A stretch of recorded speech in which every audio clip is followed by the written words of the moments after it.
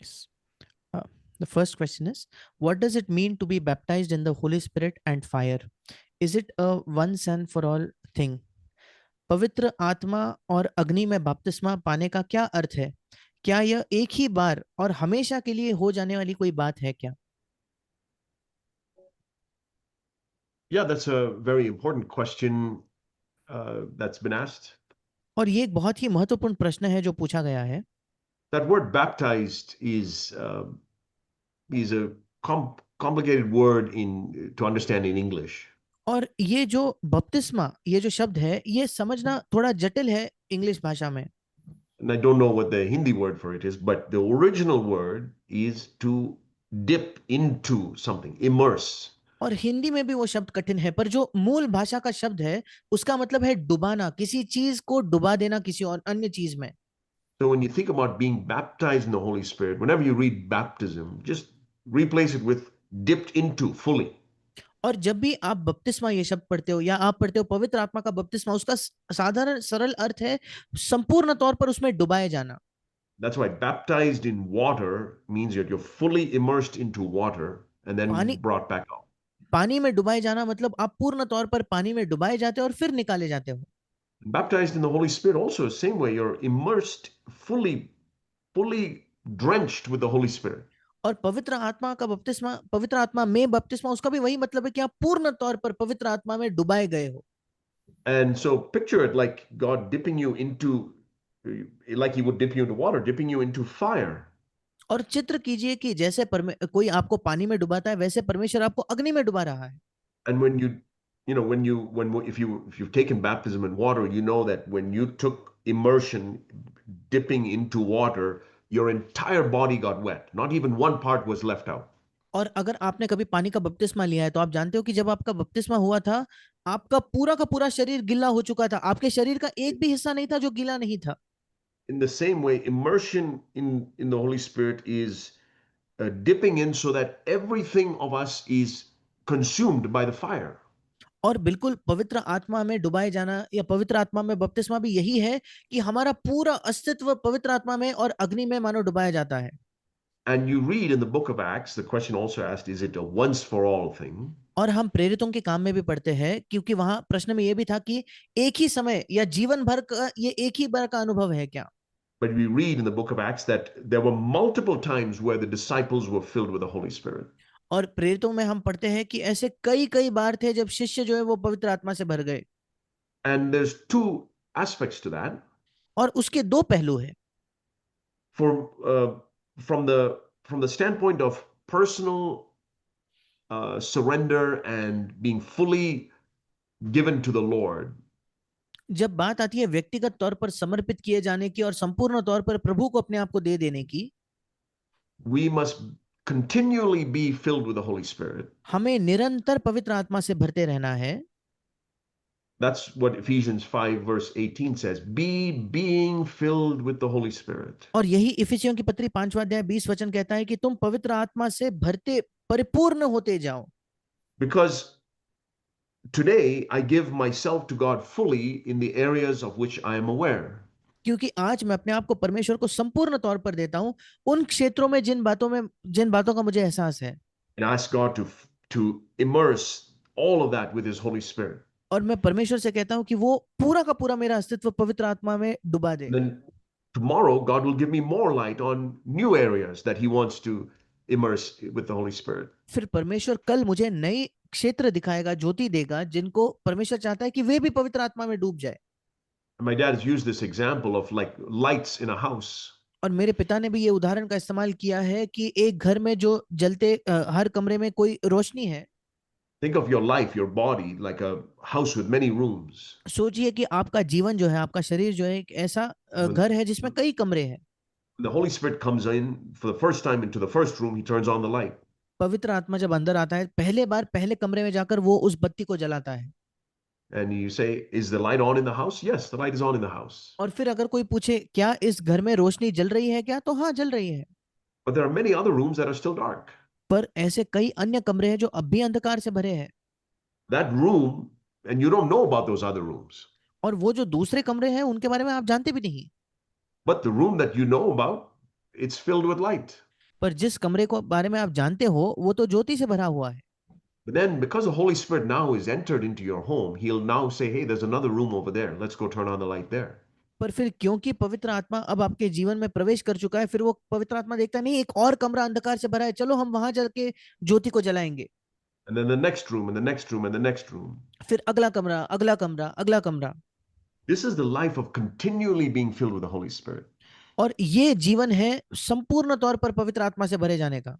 As the Lord shows you more and more areas that are not filled with His Spirit, then you give that to Him, and He'll baptize it. He'll immerse it in the Holy Spirit. और जब परमेश्वर हमें अधिक और अधिक क्षेत्र दिखाता है जो अंधकार में भरे हैं, तब हम प्रभु से मांग सकते हैं और वो हमें निरंतर पवित्र आत्मा से भरते जाएगा।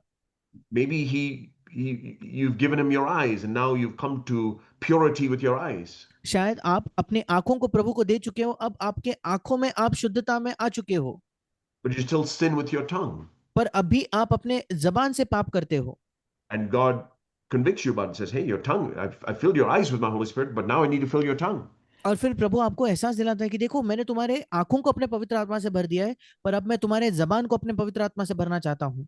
The way you speak or gossip, or या जिस तरीके से तुम बात कर रहे हो, जिस तरीके से तुम चुगली कर रहे हो उसको, your ears, what you listen to. या आपके कान क्या आप सुन रहे हो। So little by little, you give your whole body as God gives you light to the Holy Spirit. That's what it means to be immersed in the Holy Spirit. और धीरे धीरे धीरे धीरे आप अपना संपूर्ण शरीर देते हो जैसे परमेश्वर आपको ज्योति देता है। यही मतलब है पवित्र आत्मा से उसमें डूबे जाने का, उससे भरने का। The second aspect of that is that God also fills us with the Holy Spirit for the ministry. और दूसरा उसका पहलू यह है कि परमेश्वर हमें अपने पवित्र आत्मा से सेवकाई के लिए भी भरता है।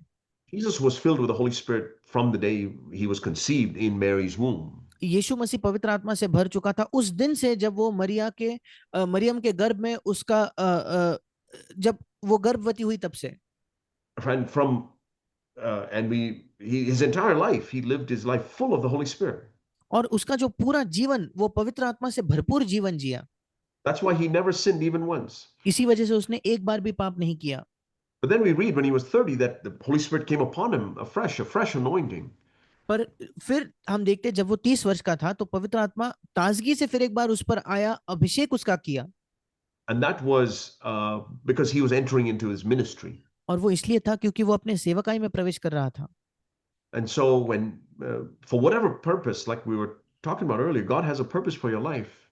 और चाहे कोई भी उद्देश्य क्यों ना हो, जैसे हमने पहले भी कहा कि परमेश्वर की आपके जीवन के लिए एक उद्देश्य है। In order for that purpose to be fulfilled, you must be filled with the Holy Spirit. और अगर आप चाहते हो कि वो उद्देश्य पूरा हो, फिर आपको पवित्र आत्मा से भरने की आवश्यकता है। Acts 1 verse 8, we read that we are called to be witnesses of Jesus Christ. प्रेरितों 1:8 में हम पढ़ते हैं कि हमारी बुलाहट है कि हम यीशु के गवाह बने। And he told the disciples in Jerusalem, Judea, Samaria, and the uttermost parts of the earth. और प्रभु ने शिष्यों से कहा कि यरूशलेम में, सामरिया में और इस संसार के छोर छोर तक, यरूशलेम, यहूदिया, सामरिया और संसार के छोर तक। So in increasing measure, God wants you to be a witness of Jesus. और बढ़ती मात्रा में परमेश्वर चाहता है कि आप यीशु के गवाह बनते जाएं। By your life and by your words. आपके जीवन से और आपके शब्दों से। But what did he say in that verse? You must be filled with the Holy Spirit. Only then can you be a witness. और फिर उस वचन में वो क्या कहता है, तुम्हें पवित्र आत्मा से भरना होगा तब भी तुम गवाह बन पाओगे। We heard about fulfilling God's plan for our life. हमने सुना कि परमेश्वर की हमारे जीवन के लिए योजना पूरा करने के विषय में। I'm absolutely convinced that we cannot fulfill God's plan for our lives unless we are filled with His Holy Spirit. मैं बिल्कुल आश्वासित हूं कि हम अपने जीवन के लिए परमेश्वर की योजना को पूरा कर ही नहीं सकते जब तक हम उसके पवित्र आत्मा से नहीं भर जाते। So ask and believe and keep on asking until you experience the fulfillment of that promise. और इसलिए मांगे, उस पर विश्वास करे और मांगते ही रहे जब तक वो वायदा पूरा नहीं हो जाता। Next question is, how can I walk in a love relationship with Jesus daily? मैं प्रतिदिन यीशु के साथ प्रेम संबंध में कैसे चल सकता हूँ? I think through I'll say three things. Meditating on God's word often. और मैं 3 चीजें कहूंगा। एक तो है परमेश्वर के वचन पर बार बार मनन करना। Keeping an attitude of prayer at all times. हर समय प्रार्थना का एक रवैया संजोए रखना। And third, obeying everything that God speaks. और तीसरा, जो भी परमेश्वर कहता है उसकी आज्ञा मानना। See, God's word is, I think of it, it's like a love letter that He's written to us. और मैं परमेश्वर के वचन के बारे में सोचता हूँ कि वो एक प्रेम पत्र है जो परमेश्वर ने हमारे प्रति लिखा Imagine है। that a husband and wife were far away from each other. One is working far away, but writes letters every day to his wife. सोच कर देखिए, पति पत्नी दूर है, पति कहीं दूर देश में काम कर रहा है, पर वो हर दिन प्रेम के खत लिखता है अपने पत्नी के नाम। How is this wife going to remain in a love relationship with her husband who lives far away? फिर ये पत्नी अपने पति के प्रति प्रेम में कैसे बनी रह सकती है जो पति उससे काफी He'll दूर say, रहता है? he'll say, I'm writing you a letter today. Read it. और वो पति कहेगा कि देखो मैंने तुम्हें एक चिट्ठी लिखी, एक खत लिखा है, उसे पढ़ो। The love letter that God wrote, even though the words were written 2,000 years ago or before, और जो प्रेम का खत परमेश्वर ने लिखा है, चाहे शब्द 2000 से भी अधिक पहले वर्ष क्यों ना लिखे गए हो, this is the only book where even though the words were written a long time ago, they're alive, they're living. ये इकलौता पुस्तक है कि इसके शब्द चाहे 2000 वर्षों पहले क्यों ना लिखे गए हो, पर ये शब्द So, जीवित है। so when you read the Bible today, say, Lord, this is a love letter you wrote to me today, specifically. और जब आप इस बाइबल को पढ़ते हो तो आप परमेश्वर से कहिए, प्रभु तूने आज विशेष तौर पर आज ये प्रेम का खत मेरे नाम लिखा है। So read God's word and then pray, commune with God, listen to Him constantly throughout the day. और फिर प्रार्थना कीजिए, बातचीत कीजिए, दिन भर उससे सुनते रहिए। Especially listening to God throughout the day. विशेषकर सुनना, दिन भर परमेश्वर को सुनना। And thirdly, Jesus said, if you love me, keep my commandments. तीसरी बात जो यीशु ने कही, अगर तुम मुझसे प्रेम करते हो तो मेरी आज्ञाओं को मानो। As you read God's word and pray to Him regularly, the Holy Spirit will be faithful to convict you about sin in your life. जैसे आप बाइबल को निरंतर पढ़ते हो और प्रार्थना करते हो तो पवित्र आत्मा आपको कायल करेगा, एहसास दिलाएगा आपके जीवन में जो पाप है उसके विषय में। You must be faithful to obey that. आपको Then you विश्वास यो- show your love for God. आपको विश्वास योग्य होना है उसकी आज्ञा मानने में, और फिर आप परमेश्वर के प्रति अपने प्रेम में बढ़ पाओगे। Yeah. अगला प्रश्न है, how do I know that I am growing in Christ and that I am not sitting in kindergarten for years? मैं कैसे जानूं कि मैं मसीह में बढ़ रहा हूं और मैं वर्षों तक बालवाड़ी में ही नहीं बैठा रहूं? I think I answered that question. The same answer that I gave for the previous question would apply here as well. और मुझे लगता है वही उत्तर जो मैंने पिछले प्रश्न के लिए दिया वही इस प्रश्न के लिए भी लागू होता है। To grow in Christ from one standard to the next in the Christian school, read God's word regularly, pray throughout the day, and obey what God speaks to you. मसीह जीवन की पाठशाला में अगर हम उन्नति करना चाहते हैं एक कक्षा से दूसरी कक्षा में, तो परमेश्वर के वचन को पढ़िए, निरंतर प्रार्थना कीजिए, और जो भी परमेश्वर आपसे कहता है उसकी आज्ञा मानिए। But I want to tell you how to get out of kindergarten. पर मैं आपको बताना चाहता हूँ कि बालवाड़ी से बाहर कैसे निकले। And I heard my dad say this, and I've never forgotten it. I believe it to be true. और मैंने अपने पिताजी को ये कहते हुए सुना है और मैं कभी इसे भूला नहीं हूं, और मैं विश्वास करता हूं कि ये सच है। If you want to get out of kindergarten, you must decide that you will never get offended with anybody. अगर आप बालवाड़ी से बाहर निकलना चाहते हो तो आपको ये तय करना होगा, आप कभी किसी से नाराज नहीं होगे, कभी किसी का बुरा नहीं मानोगे। If you get offended by how people treat you, what they do to you, then that's a sure sign you're still in kindergarten. अगर आप निराश हो जाते अगर आप बुरा मान जाते हो, नाराज हो जाते हो कि लोगों ने आपसे क्या कहा, कैसा बर्ताव किया, ये बिल्कुल एक साफ साफ चिन्ह है कि आप आज भी बालवाड़ी में बैठे हो। And over the years, I found that to be absolutely true. और कई वर्षों में मैंने देखा ये बिल्कुल सच है। That if somebody, I have some expectations of somebody, let's say even my wife at home or a brother or sister in the church. उदाहरण के तौर पर मेरे कुछ लोगों से कुछ अपेक्षाएं हैं, शायद मेरी पत्नी से जो घर पर है, या कलीसिया के भाई बहनों से कुछ अपेक्षाएं हैं। And they don't meet those expectations or they और don't जब do what I wanted them to do. और जब वे उन अपेक्षाओं को नहीं पूरा कर पाते, या जो मैं चाहता था वो नहीं करते, तो Or they say this or they treat me like that or they don't treat me like that. या वो ऐसा कुछ कह देते हैं, या मुझसे ऐसा बर्ताव करते, या मुझसे एक विशिष्ट तौर पर बर्ताव नहीं करते, तो Now, they have to answer to God for their actions. उनके कामों के लिए तो उन्हें परमेश्वर के सामने जवाबदेह होना है। But if I get offended, that's a sure sign that I'm still in kindergarten. पर अगर मैं बुरा मान जाता हूं तो ये सीधा सीधा एक चिन्ह है कि मैं आज भी बालवाड़ी में बैठा हूं। Now, think about in the church. Let's say the elders have to speak firmly to you or correct you about something. अब यही बात सोचिए कलीसिया में प्राचीनों को शायद आपको सुधारना पड़ा या बड़े सख्त तौर पर आपसे कुछ कहना पड़ा. If you get offended by the words of a godly man, it's a sure sign that you're still in kindergarten, even if you've been a Christian for 50 years. अगर एक ईश्वरीय व्यक्ति के शब्दों से आप बुरा मान जाते हो, ये सीधा सीधा चिन्ह है जो बताता है कि आप बालवाड़ी में हो, चाहे आप 50 वर्षों से मसीह क्यों ना हो. And I think the most difficult standard to get out of is kindergarten. और मुझे लगता है सबसे मुश्किल एक कक्षा से बाहर निकालना है तो वो बालवाड़ी है. But in all seriousness, if you struggle with that, ask God to help you. Say, Lord, I've been in kindergarten for 50 years. I need to move on. Help me. पर पूरे गंभीरता से अगर आप वहां आप संघर्ष कर रहे हो तो प्रभु से कहिए, प्रभु 50 वर्षों से मैं बालवाड़ी में बना रहा हूं, मेरी सहायता कर यहां से बाहर निकलने में. And take it seriously. If you find that you're getting offended, take it seriously. Don't take it lightly. और अगर आप बुरा मान जाते हो या नाराज हो जाते हो तो उसे गंभीरता से ले, उस बात को हल्के में ना ले. Yeah. Next question. After reading the Bible, I don't know which passage or verse to meditate on and what it means to meditate in order to get revelation. Any advice?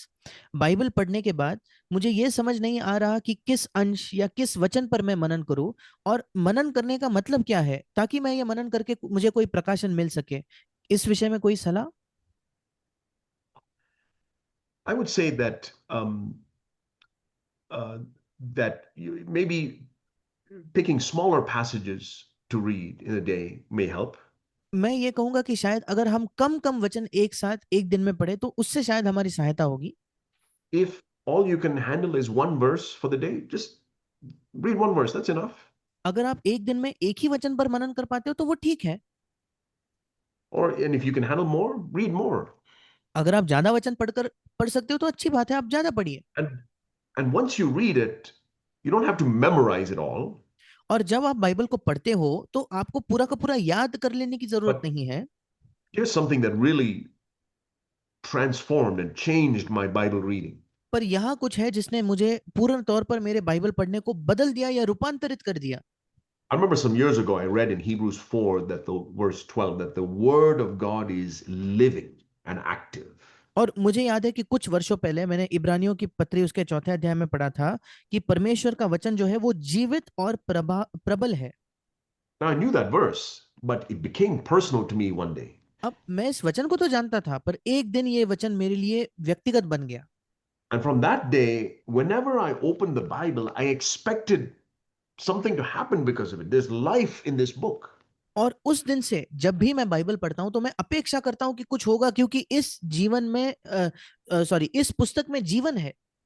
And the Lord gave me a little picture that's helped me remember that. और प्रभु ने मुझे एक चित्र दिया जिसने मेरी सहायता की इसे याद रखने में. Let's say there's two plates here in front of me. और मान लीजिए कि यहाँ दो प्लेट है जो मेरे सामने रखे हैं. यहाँ Here's one plate with some nice rice and chicken curry and chapati, and of course you got to have some cabbage too with it, maybe, and green beans. Nice looking plate of food. और यहाँ एक थाली है जिसमें कोई chicken curry रखी है, रोटी रखी है, कोई अलग अलग सब्जियां वहां रखी है और अच्छी दिखने वाली एक थाली है भोजन की.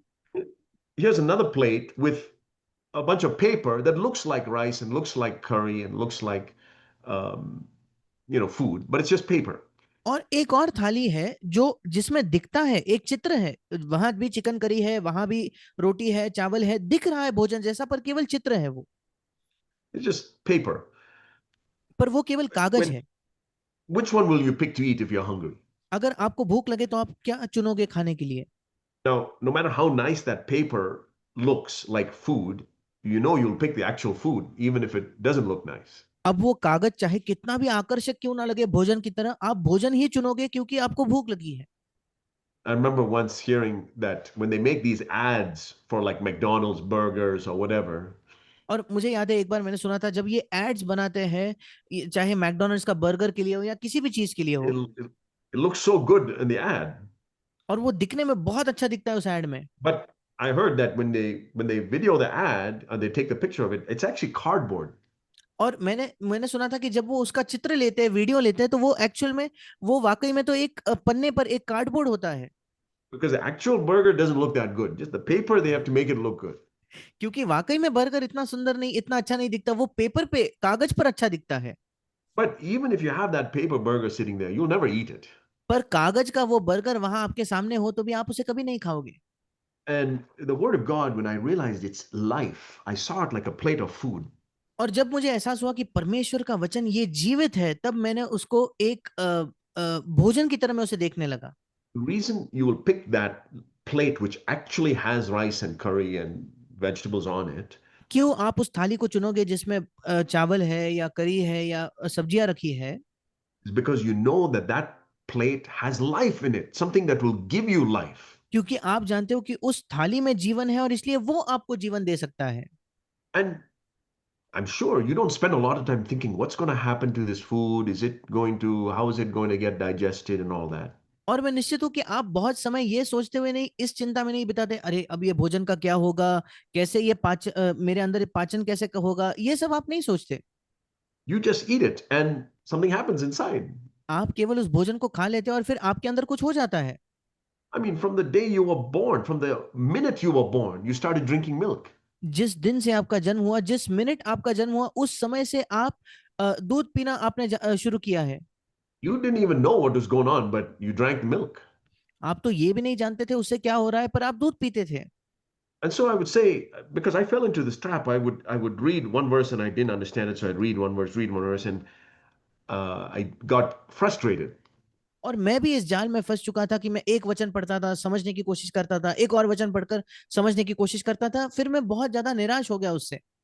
And the Lord said, don't worry about trying to understand and figure it all out. Just read it, and after you read it, think about it throughout the day. और फिर प्रभु ने कहा कि ज्यादा ये मत सोचो कि जो तुम पढ़ रहे हो तुम्हें समझ रहा है नहीं समझ रहा है, केवल हर दिन उसे पढ़े और पढ़ने के बाद दिन भर सोचो तुमने जो पढ़ा है उसके विषय में। So, and also I would say one more thing is that I follow a Bible reading plan where I have some amount that I try to read every day और according to that plan. इसी के साथ साथ मेरा एक Bible reading plan होता है कि हर दिन मैं कुछ मात्रा में बाइबल पढ़ने की कोशिश करता हूँ। And that, in order to get through that reading in a certain amount of time, I have to keep reading. I और don't spend a lot of time digging into each verse. और अगर मुझे वो पूरा खत्म करना है उस दिन का पढ़ने का हिस्सा, तो फिर मुझे थोड़ा जल्दी पढ़ना होगा। मैं पूरा समय हर एक वचन पर मनन करने में नहीं बिताता। But in addition to that, periodically I just look at different verses. The Lord might bring a verse to my mind, and I just meditate on that. पर उन वचनों के अलावा बीच बीच में मैं अन्य वचनों को देखता हूँ जो परमेश्वर मुझे याद दिलाता है, और मैं बस उसी पर ध्यान करता हूँ कुछ समय।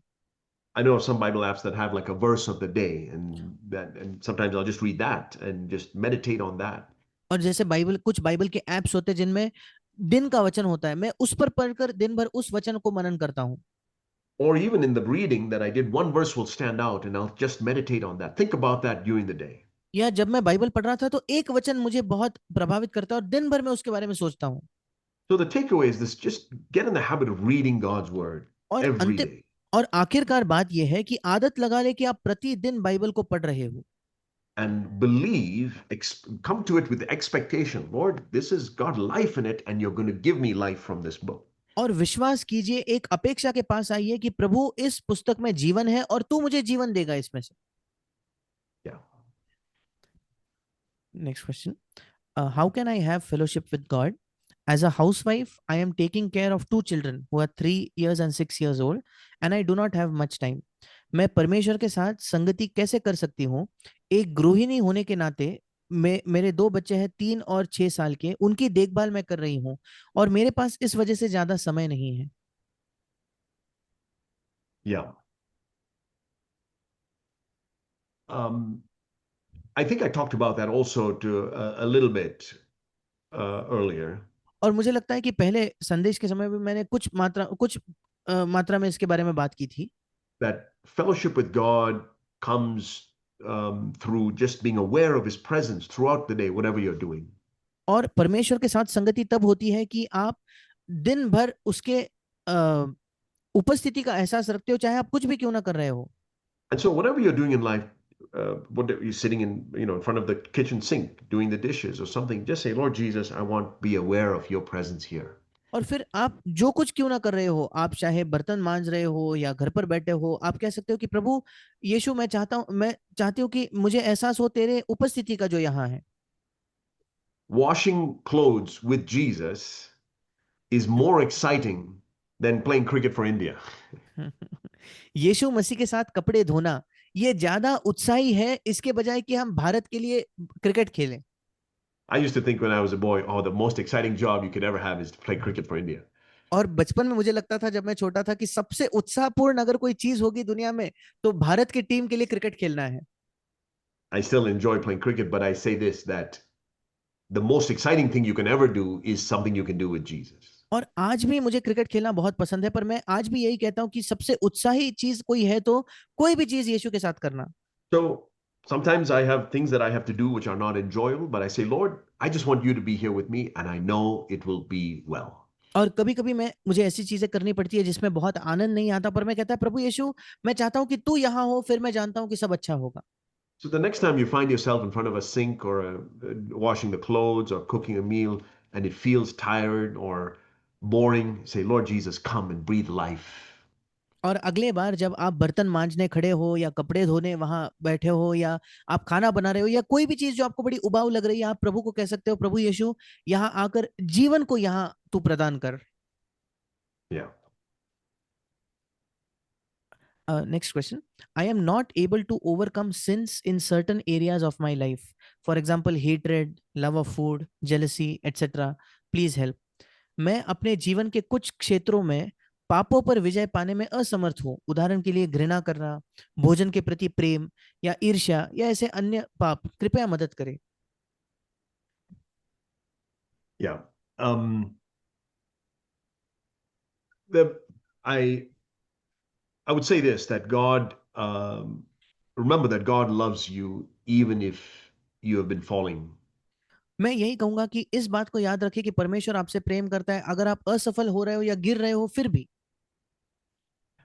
And never stop seeking God for victory.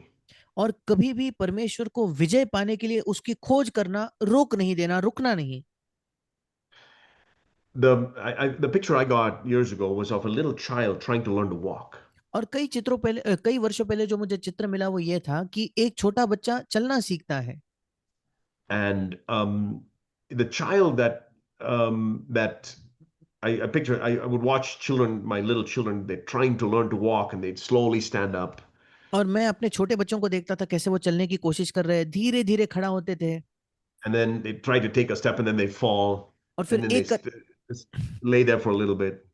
एक कदम लेते थे, गिर जाते थे, फिर वहीं थोड़ी देर पड़े रहते थे। And then they try to stand up again and then they fall.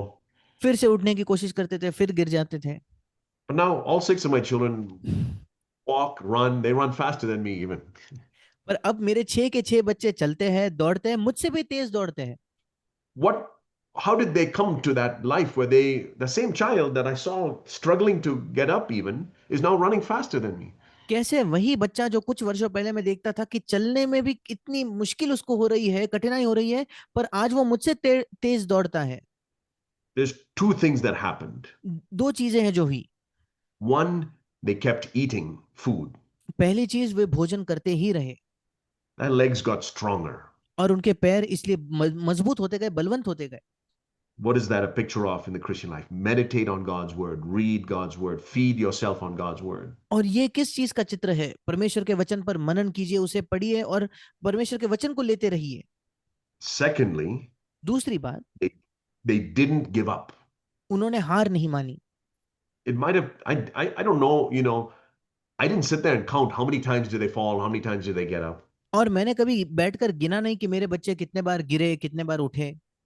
I don't know how many times I fell and got up when I was 1, 2 years old trying to learn to walk. और मैं नहीं जानता जब मैं खुद 1 2 वर्ष का था तो कितने बार गिरा, कितने बार उठकर मैंने चलना सीखा। And in eternity, please remember this, dear brothers and sisters and children.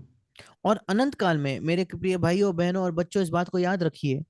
In eternity, it will not matter how many times you fell. और अनंत काल में इससे कोई फर्क नहीं पड़ेगा कि आप कितने बार गिरे। It will matter if you gave up. और फर्क इस बात से पड़ेगा अगर आपने हार मान ली हो तो। If you determine you're never going to give up, और अगर आप तय करते हो कि आप कभी हार नहीं मानोगे, you'll have no regret in eternity. फिर अनंत काल में आपको कोई पछतावा नहीं होगा। So never give up. और इसलिए कभी हार ना माने, Keep crying out to God for the power of His Holy Spirit. He'll help you. और परमेश्वर के सामने पुकारते रहे, उसके पवित्र आत्मा के सामर्थ्य के लिए वो आपकी सहायता करेगा।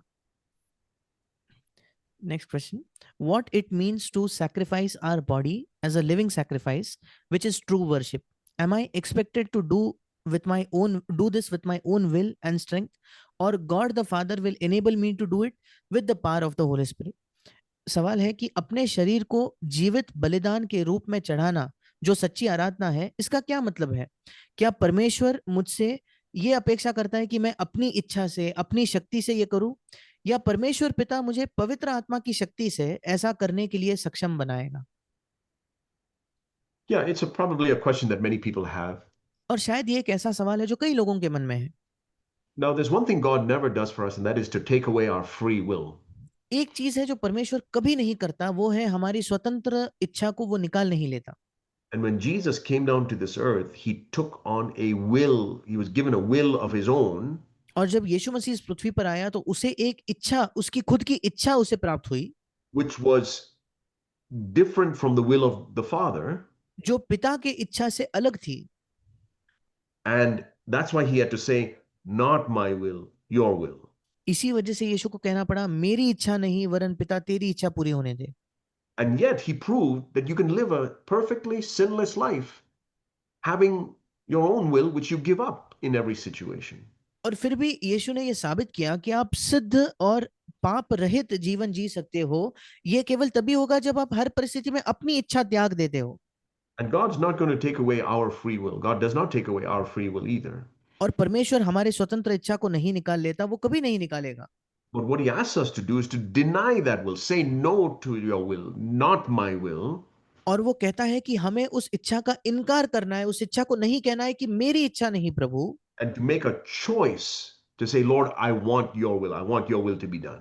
और फिर हम एक चुनाव करें कि प्रभु मैं चाहता हूं कि तेरी इच्छा पूरी हो। That choice you must make. और वो चुनाव जो है वो आपको करना होगा। Now, is that a work? Is that a lot of work to do and you have to work hard to make that choice? अब क्या इसमें मेहनत है? क्या कड़ी मेहनत करके वो चुनाव आपको बनाना होता है, लेना होता है क्या? Yeah, if you're a proud person, yeah, you won't make that choice. It's very difficult for a proud person to make that choice. अगर आप घमंडी हो तो हाँ, क्योंकि एक घमंडी व्यक्ति के लिए ये चुनाव करना बहुत मुश्किल है। But if you really say, Lord, I choose today that I want your will, not mine. पर अगर आप कहते हो वाकई प्रभु मैं चाहता हूं कि इस दिन मेरी इच्छा नहीं, मैं तेरी इच्छा चुनना चाहता हूं, तो Then pray, Lord, now give me the power of your Holy Spirit to do your will. फिर कहिए प्रभु मुझे तेरे पवित्र आत्मा का सामर्थ्य दे कि मैं तेरी इच्छा पूरी कर पाऊं। Then that God will do that for you. और फिर परमेश्वर आपके लिए वो कर देगा। I want to say one more thing before closing. और अंत से पहले मैं एक और चीज कहना चाहता हूं। And that is that even that desire to choose God's will, God is the one who put it in us. और परमेश्वर की इच्छा चुनने की जो इच्छा है वो भी परमेश्वर ही ने हमारे अंदर डाली है। God is at work in you both to will and to do his good pleasure. परमेश्वर आपके अंदर अपनी इच्छा और काम दोनों करने की सामर्थ्य देता है। And so even that choosing to do God's will, God had a part to play in that, और अगर in आप your wanting to choose his will. और अगर आपके अंदर इच्छा है कि आप परमेश्वर की इच्छा करना चाहते हो, तो उसमें भी परमेश्वर ही ने आपको वो इच्छा दी है। So remember that God puts that desire in you, but you must make the choice. और इसलिए याद रखिए कि परमेश्वर आपके अंदर इच्छा डालेगा, पर आपको चुनाव करना होगा। And having made that choice, then ask him for his strength to do his will. और जब आप वो चुनाव कर लेते हो तो परमेश्वर से मांगिए सामर्थ को कि आप उसकी इच्छा पूरी कर पाओ। I keep on forgiving whenever I remember to forgive. Still, sometimes in my thoughts, I feel bitterness every now and then. How to overcome bitter and revengeful thoughts? I don't want it in my thoughts. I am tired of these thoughts. Please guide. जब भी मुझे दूसरों को क्षमा करने की याद आती है, मैं माफ करता रहता हूँ। फिर भी कभी कभी मेरे विचारों में कड़वाहट आ जाती है, और कड़वाहट और बदले की भावना वाले विचारों पर मैं कैसे काबू पा सकता हूँ? मैं इन्हें अपने विचारों में नहीं चाहता। मैं इन विचारों से थक चुका हूँ। कृपया मेरा मार्गदर्शन करें। Yeah, the only way to really forgive others और सबसे आसान और इकलौता तरीका दूसरों को माफ करने का ये है is to remember how much we have been forgiven. कि हम ये याद रखें कि हमें कितनी क्षमा मिली है। And that Jesus told a story about a man who had been forgiven much. और यीशु ने एक कहानी भी बताई एक ऐसे पुरुष की जिसको, एक ऐसे व्यक्ति को जिसको काफी क्षमा मिली थी। And then that person went out and couldn't forgive somebody else who had forgiven him much less than that. और फिर वो व्यक्ति जाकर दूसरे व्यक्ति को क्षमा नहीं कर पाया जिस पर कम कर्जा था।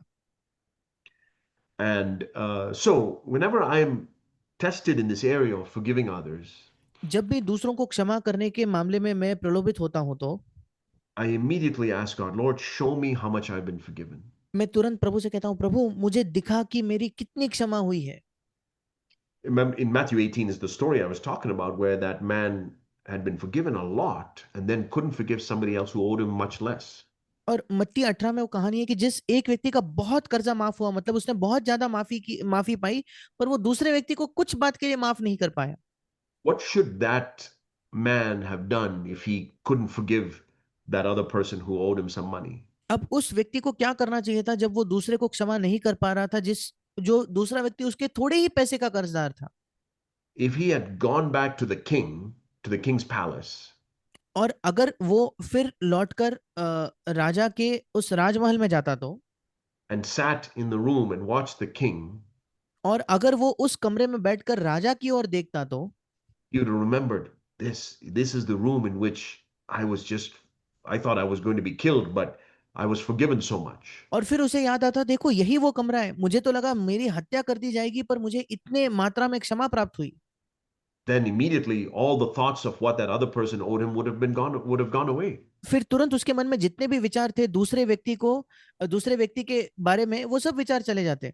I would say spend time meditating on Calvary and what Jesus suffered to forgive you for your sins. मैं कहूंगा कि समय लीजिए मनन करने में कलवरी के बारे में कि यीशु ने क्या सहा आपके पापों को क्षमा करने के लिए। Maybe you spend an hour just thinking about what all Jesus went through in Gethsemane and in Calvary for my sake. और शायद आप केवल 1 घंटा बिताओ ये सोचने के लिए कि गत्सेमनी में, कलवरी में यीशु ने मेरे लिए क्या कुछ सहा। And if after 1 hour you get up and immediately you're thinking about what that other person has done, और अगर 1 घंटे के बाद आपको उठकर तुरंत उस व्यक्ति की याद आती है कि उसने आपके खिलाफ क्या किया है, you go back and meditate some more. फिर आप जाकर और थोड़ा मनन कीजिए। I really believe that the person who is constantly meditating on what Christ suffered for them in Gethsemane and in Calvary will never have a problem forgiving others. और मैं विश्वास करता हूं कि जो भी व्यक्ति इस पर समय बिताता है मनन करने में कि यीशु ने कलवरी पर क्या सहा, गत्सेमनी में क्या सहा, उसे दूसरों को माफ करने के लिए कोई तकलीफ नहीं होगी। And it may take some time, और शायद इसमें कुछ समय भी लग सकता है, but that's what's worked in my life. पर इसने मेरे जीवन में सहायता की है मेरी। That now I am quite quick to forgive, I'll tell you honestly, not to brag, अब मैं ईमानदारी से कह रहा हूँ, घमंड के लिए नहीं, कि मैं बहुत शीघ्र क्षमा कर देता हूँ। because immediately God allows me to remember Calvary and क्योंकि Gethsemane. क्योंकि तुरंत प्रभु मुझे अनुमति देता है कि मैं याद करूं कलवरी को और गेत्सेमनी को। And I say, Lord, you've been so merciful to me. और मैं कहता हूं, प्रभु तू मेरे प्रति कितना ज्यादा दयावंत रहा है। Yeah. We came to the Lord from a non-Christian background. Later, when our children grew up and became successful in life, they don't show interest in bearing the reproach of Christ. They even have an inclination to marry someone from a non-Christian background. It breaks my heart when I see that our children are not honoring the Lord. How to deal with this situation? We also share the responsibility for neglecting them during their childhood. हम एक गैर मसीही पृष्ठभूमि से प्रभु के पास आए थे। बाद में जब हमारे बच्चे बड़े हुए और जीवन में सफल हुए तो उन्होंने मसीह का अपमान सहने में कोई रुचि नहीं दिखाई। यहाँ तक कि वे गैर मसीही पृष्ठभूमि के किसी व्यक्ति से विवाह करने तक को भी, उसकी ओर भी उनका झुकाव है। जब मैं देखता हूं कि हमारे बच्चे प्रभु का आदर नहीं कर रहे हैं तो मेरा दिल टूट जाता है। इस स्थिति में हम क्या करें? मैं बचपन में उनकी उपेक्षा या उनको नजरअंदाज करने की जिम्मेदारी हमारी भी है। Yeah. I'll speak first to parents who have children still at home. और सबसे पहले मैं उन माता पिता से बात करना चाहता हूँ जिनके बच्चे अब भी घर पर है। And that I think this question is a good warning for all of us to take our responsibility seriously as parents. और मुझे लगता है कि ये जो सवाल है हम सबके लिए एक अच्छी चेतावनी है, हम सब जो माता पिता हैं और हमारे बच्चे अब भी घर पर है। Many parents are often trying their best to make sure that their children have a comfortable life and have a lot of, comforts in life. और कई माता पिता कई बार यही सुनिश्चित करने में व्यस्त हो जाते हैं कि उनके बच्चों को आरामदायक जीवन मिले, बहुत ही अच्छा ऐशो आराम का जीवन उनका रहे। But what's far more important is that they are raised in the fear of the Lord. पर उससे कई अधिक महत्वपूर्ण ये है कि वे परमेश्वर के भय में बड़े हुए। And so while your children are still at home, teach them a reverence for God. और इसलिए जब आपके बच्चे घर में हैं तो उन्हें परमेश्वर का भय सिखाइए।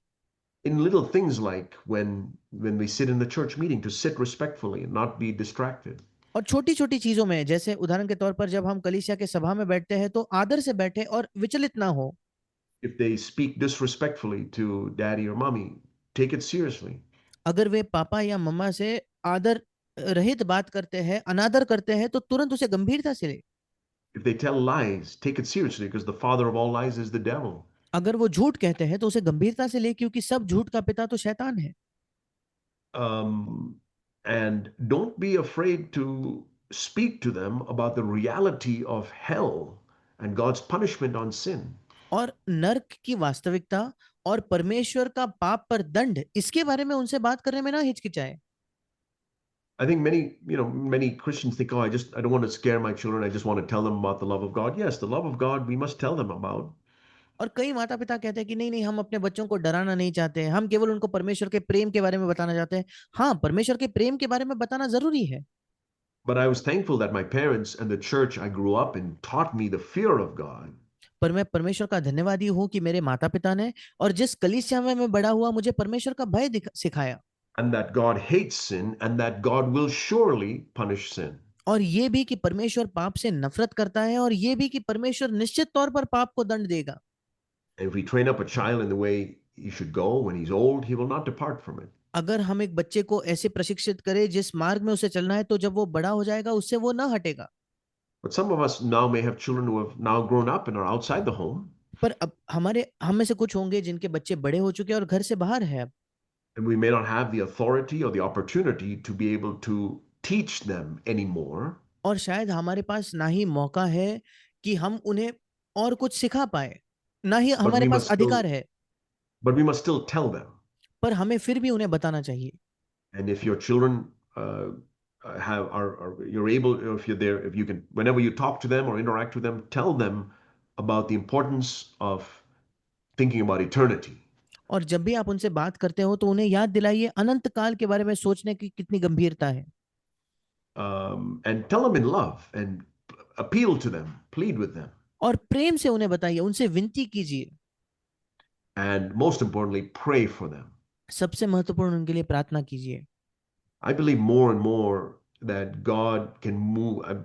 Increasingly, I've seen and believe God can move through prayer supernaturally. अधिक और अधिक मैं विश्वास करने लगा हूं और मैं ये देखने लगा हूं कि परमेश्वर अधिक मात्रा में प्रार्थना के द्वारा प्रभाव डाल सकता है अलौकिक And तौर I'm पर। and I'm sure, dear parent who's written this question, that you are praying for your children. Keep praying and don't give up praying for them. और मैं निश्चित हूँ, जिस किसी माता पिता ने ये प्रश्न लिखा है कि आप अपने बच्चों के लिए प्रार्थना कर रहे हो, प्रार्थना करना जारी रखे, उससे हार ना छोड़ ना दे। God doesn't want anyone to perish. We read in 2 Peter 3, verse 9. हम दूसरा पत्रस 3:9 में पढ़ते हैं, परमेश्वर नहीं चाहता किसी का भी नाश हो।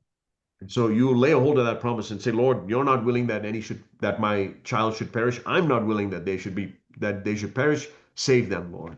और आप कहिए, प्रभु तेरा वायदा है कि तू नहीं चाहता दुष्ट का नाश हो, मैं भी नहीं चाहता उनका नाश हो, प्रभु तू उनका उद्धार कर। Yeah. How can I encourage my teenage children to a godly life without irritating them? मैं अपने किशोर बच्चों को बिना चिढ़ाए ईश्वरीय जीवन जीने के लिए कैसे प्रोत्साहित कर सकता हूँ? I think first, most importantly, by living an example. सबसे महत्वपूर्ण और सबसे पहली चीज मैं ये कहूंगा, एक उदाहरण के तौर पर जीकर। If they see that you're telling them that they should live a godly life, but they see that you are more interested in money than in the things of God, then that they will be irritated.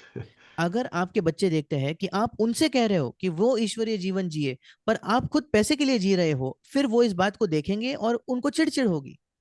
Because then my son or daughter could tell me, Dad, you don't seem to be living interested in the godly things. I know you read your Bible and all that, and you go to church, but it doesn't seem to be the passion of your life. फिर मेरा बेटा या मेरी बेटी मुझसे कह सकते हैं कि पापा, मुझे नहीं लगता कि परमेश्वर के लिए आप जी रहे होगे। हाँ, आप बाइबल पढ़ते हो, कलीसिया जाते हो, पर आपके जीवन की धुन या आपके जीवन का एकमात्र मकसद तो ये नहीं दिख रहा। I remember, sometimes I hear about children of famous sports people. और कभी-कभी जो बहुत अच्छे खिलाड़ी हैं, उनके बच्चों के बारे में मैं पढ़ता हूँ। Like Sunil Gavaskar's son or Sachin Tendulkar's son, football players, Ronaldo's son, Messi's son. जैसे सुनील गावस्कर का या सचिन तेंदुलकर का बेटा या मेसी रोनाल्डो का बेटा। I imagine that for them it was not easy for them to get excited about football or cricket because their dad was all about that's all they did. Sorry, it was easy for them. It was easy for those children to be excited about football or cricket because their dad would get excited about those things. और मैं सोचता हूँ कि उन बच्चों के लिए बड़ा आसान था क्रिकेट के बारे में उत्साही होने के लिए, क्योंकि उनके पिता उस बारे में बहुत उत्साही थे। And so, if you want to, especially your teenage children, I think that was the question, is that especially with your teenage children, they must see that you really mean it when you say that the kingdom of God is most important to you. और विशेषकर क्योंकि सवाल किशोर अवस्था के बच्चों के लिए, वो तभी प्रभावित होंगे जब वो देखेंगे कि आपके लिए परमेश्वर का राज्य सबसे महत्वपूर्ण चीज है। They must see that your eyes light up, and the most exciting thing for you to do is to be involved in the things of God and His church. और वो लोग ये देख पाने चाहिए आपके बच्चे कि आपकी आंखों में एक रोशनी आ जाती है और सबसे उत्साही चीज आपके लिए कलीसिया में होना, कलीसिया के लोगों के साथ होना है। But if they see that after the meeting you're in a rush to go home because you've got to watch the rest of the cricket match or the football match, or you want to do this or want to do that, you're excited about getting money, they won't be excited. और अगर वो आपके बच्चे देखते हैं कि जैसे ही सभा खत्म होती है, आप बड़े जल्दी में हो कि घर जाए, क्रिकेट देखे, फुटबॉल देखे या थोड़ा और पैसा कमा ले, अगर ऐसा आपका जीवन है, तो आपके बच्चे प्रभु के बारे में उत्साही नहीं होंगे। I have two autistic children. Sometimes I am embarrassed and broken when I see how they are different from other normal children in the church. Any word of encouragement to cope with this situation without getting discouraged? मेरे दो autistic बच्चे हैं। कभी कभी जब मैं देखता हूँ कि वे कलीसिया के दूसरे सामान्य बच्चों से कितने अलग हैं, तो मैं शर्मिंदा महसूस होता हूँ और टूट जाता हूँ। क्या आप मुझे इस स्थिति से बिना निराश हुए निपटने के लिए कोई प्रोत्साहन दे सकते हो? Yeah, dear brother, sister, I ask God for help. He will definitely help you. मेरे प्रिय भाई बहन, मैं परमेश्वर से आपके लिए सहायता की मांग करता हूँ और वो निश्चित तौर पर आपकी सहायता करेगा। But we must remember that how the world sees things is the exact opposite of how God sees things. पर हमें ये भी याद रखना है कि संसार जिस तरीके से चीजों को देखता है, परमेश्वर के नजरिए से बिल्कुल विपरीत है। The world applauds children who are successful and gifted and handsome and beautiful and successful. और ये संसार जो है सराहता है, तारीफ करता है ऐसे बच्चों की जो दिखने में अच्छे हैं, बहुत कुछ हासिल कर लेते हैं, बहुत अच्छे अपने गुण उनके अच्छे हैं, तो ऐसे लोगों को वो बड़ा समझता है या तारीफ करता है। And then you read in Matthew 18 when the disciples asked Jesus who is greatest in the kingdom of heaven. पर फिर जब आप मत्ती 18 में पढ़ते हो कि जब शिष्यों ने यीशु से पूछा कि स्वर्ग के राज्य में सबसे महान कौन है, It says he found, in one place I think it says he found a little child. और एक जगह लिखा है कि यीशु ने जाकर एक छोटे बच्चे को ढूंढा। He's like, let me see, okay, you little child. और मानो यीशु देख रहा था कि अरे मुझे देखने दो, ओह ये छोटा बच्चा। I think if he was here in our midst, he would call an autistic child. और मुझे लगता है आज अगर यीशु हमारे बीच होता, तो वो He'd एक look around autistic and see, बच्चे को बुलाता। that child, yeah, they're 5 years old, but no, I need to find somebody more like heaven. Autistic child, come.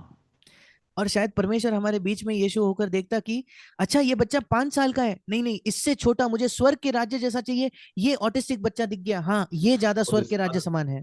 Another child has Down syndrome. Come, I want people to see that you are the best example of heaven on this earth.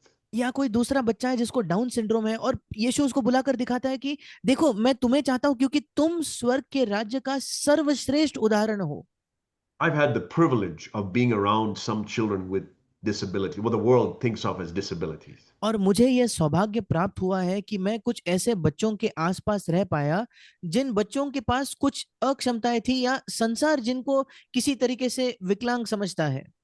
Yeah, they're different from other children, हाँ, वे बच्चे दूसरों से अलग होते हैं, but every time I'm around them, I see a little bit more of heaven.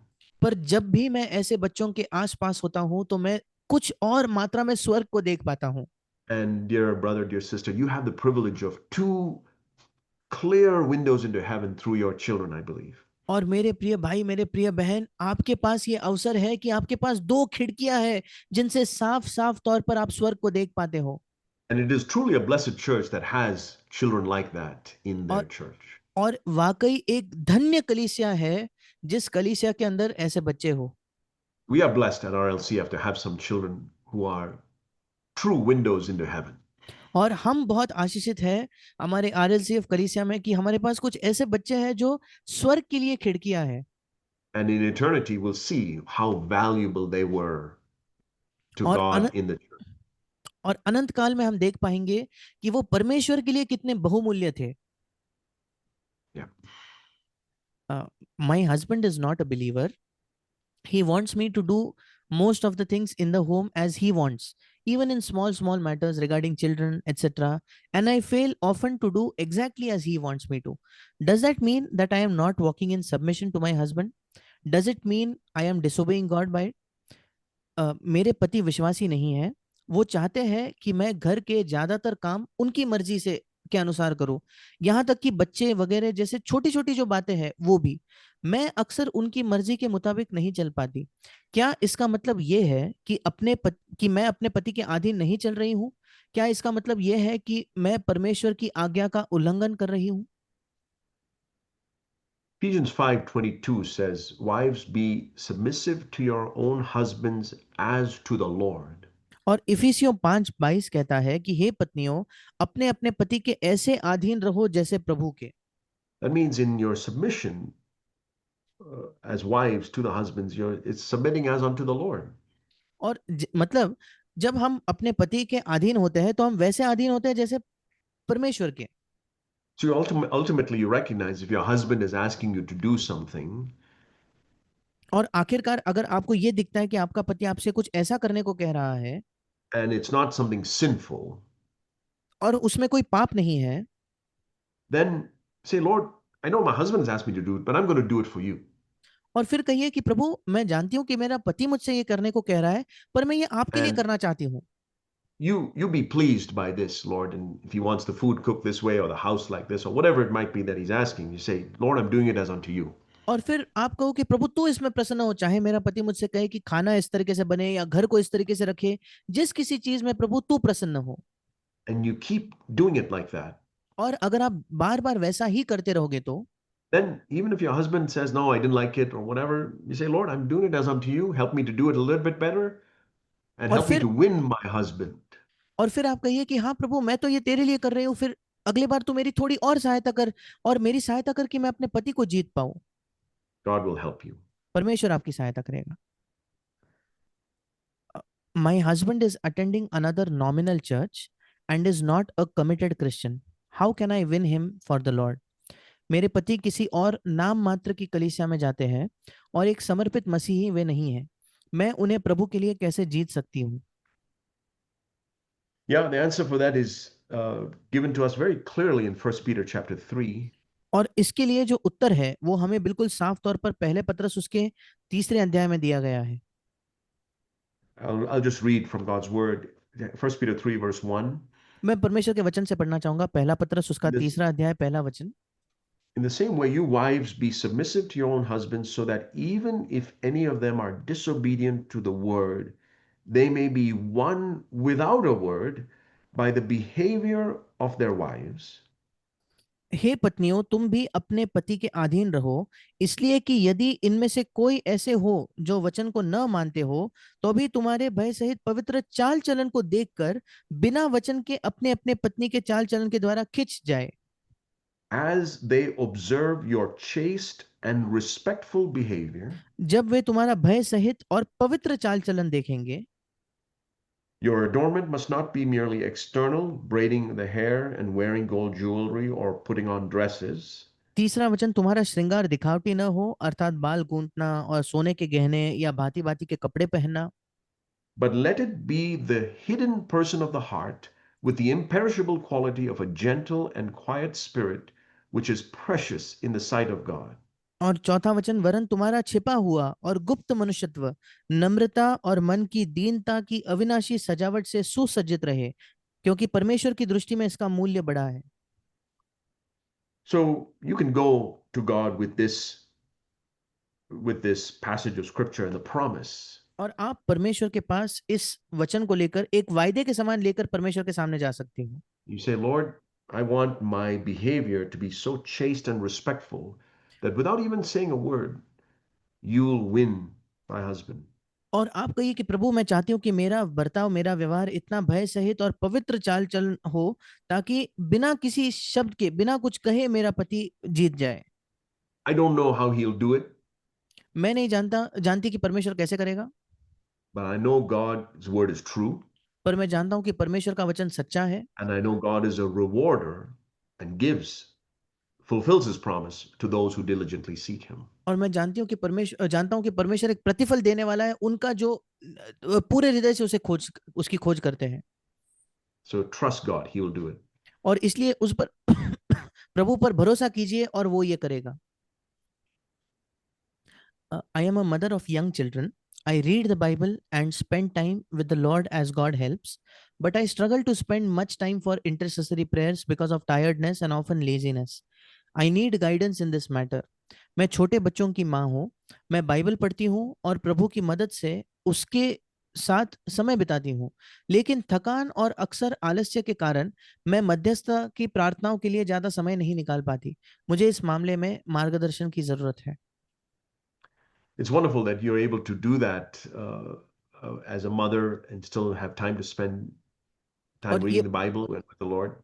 ये बहुत अद्भुत है कि छोटे बच्चों की माँ होने के साथ साथ आप बाइबल पढ़ने में और प्रभु के साथ समय बिताते हो।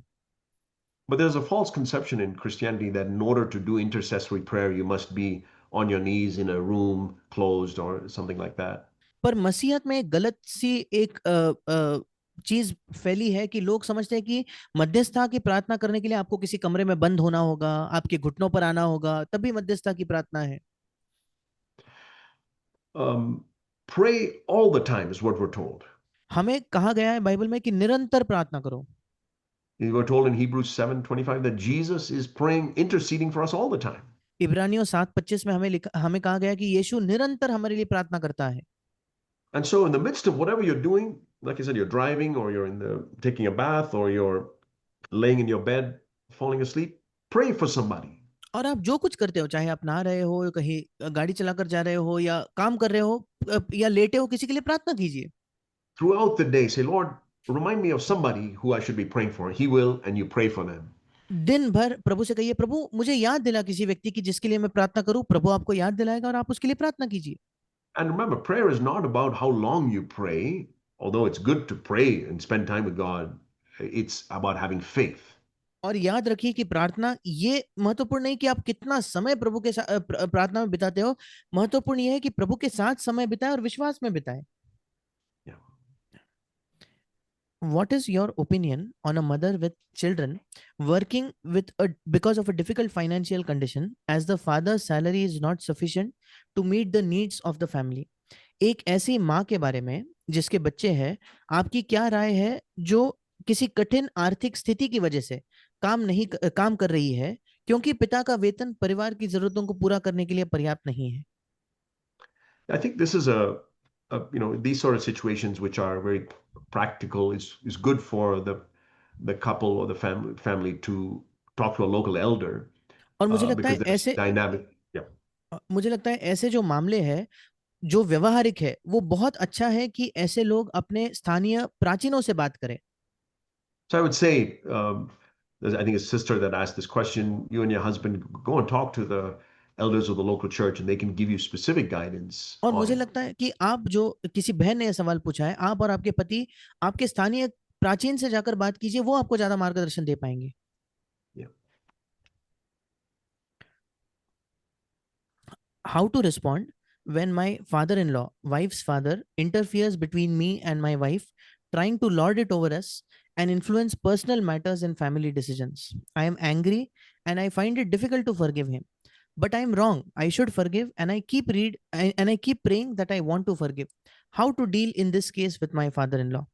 जब मेरे ससुर, पत्नी के पिता, मेरे और मेरे पत्नी के बीच दखल-अंदाज़ी करते हैं, हम पर हुक्म चलाने की कोशिश करते हैं और पारिवारिक फैसलों में निजी मामलों को प्रभावित करते हैं, तो मैं क्या करूँ? मैं गुस्सा हूँ और उन्हें माफ़ करना मेरे लिए मुश्किल हो रहा है। लेकिन मैं गलत हूँ, मुझे माफ़ कर देना चाहिए और मैं प्रार्थना करता रहता हूँ कि मैं माफ़ करना चाहता हूँ। इस मामले में मैं अपने ससुर के साथ कैसे पेश आऊँ? Yeah, again, this is the dynamics of a family relationships can be complicated.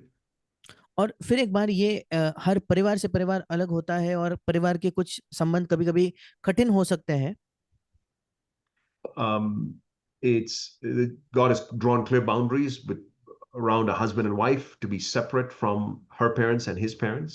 और परमेश्वर ने पति-पत्नी के इर्द-गिर्द एक सीमा बनाई है और उन्हें अलग किया है उस पति के माता-पिता से भी और पत्नी के माता-पिता से भी। I think the question asked about forgiveness, that you must forgive regardless of how somebody treats you. अब जब बात आती है क्षमा करने की, तो वो तो आपको चाहे आपसे कोई कैसा भी बर्ताव क्यों ना करे, आपको क्षमा करनी है। But how to deal with the father-in-law or mother-in-law, as the case may be, again, is, I think, a specific circumstance that a godly elder in your local church will be able to give you advice on. और फिर एक बार एक ससुर के साथ बर्ताव कैसे करें, उनका सामना कैसे करें, ये एक विशेष परिस्थिति हो गई। इसके बारे में आपको अच्छी सलाह कोई ईश्वरीय स्थानीय प्राचीन दे सकता है। But maybe I'll just close with a couple of questions that are asked often and recently even have been asked, and that is one is I think about relationships with people of another faith or other religions.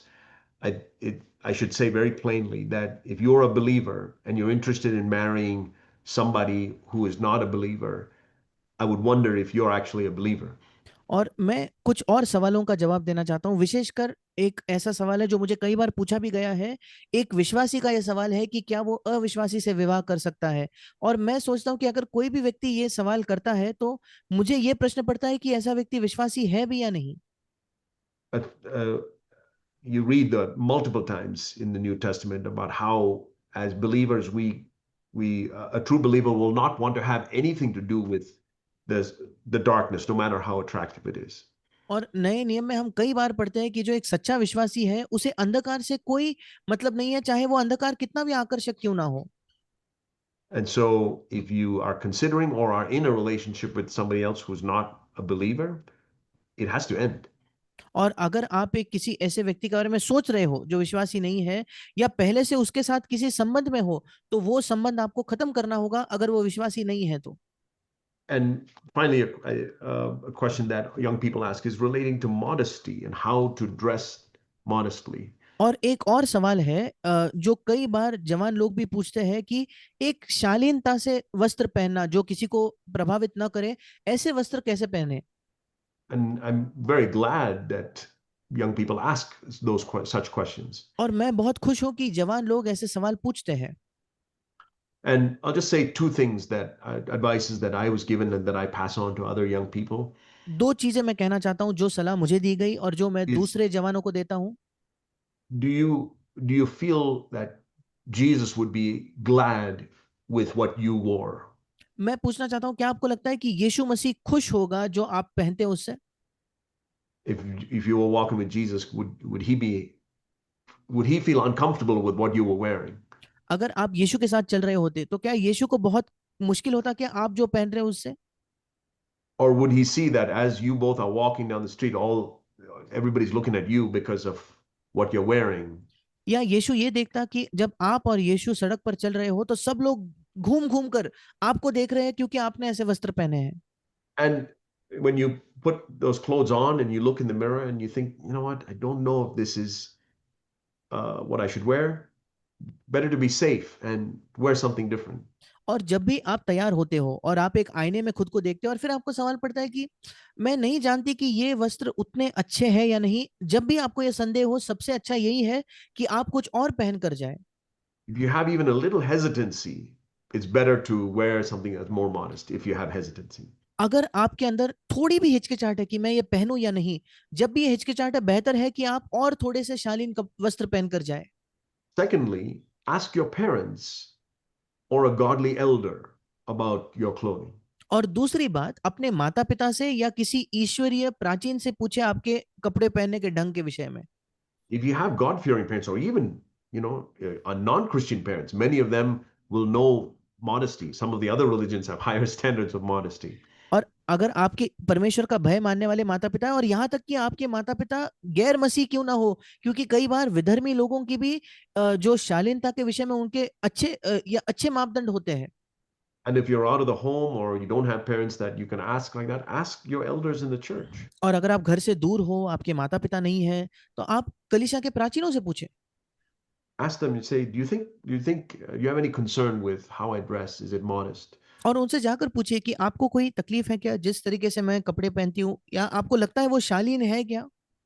Because it's quite possible that some young person may be dressing in a way that they don't realize is a temptation to others.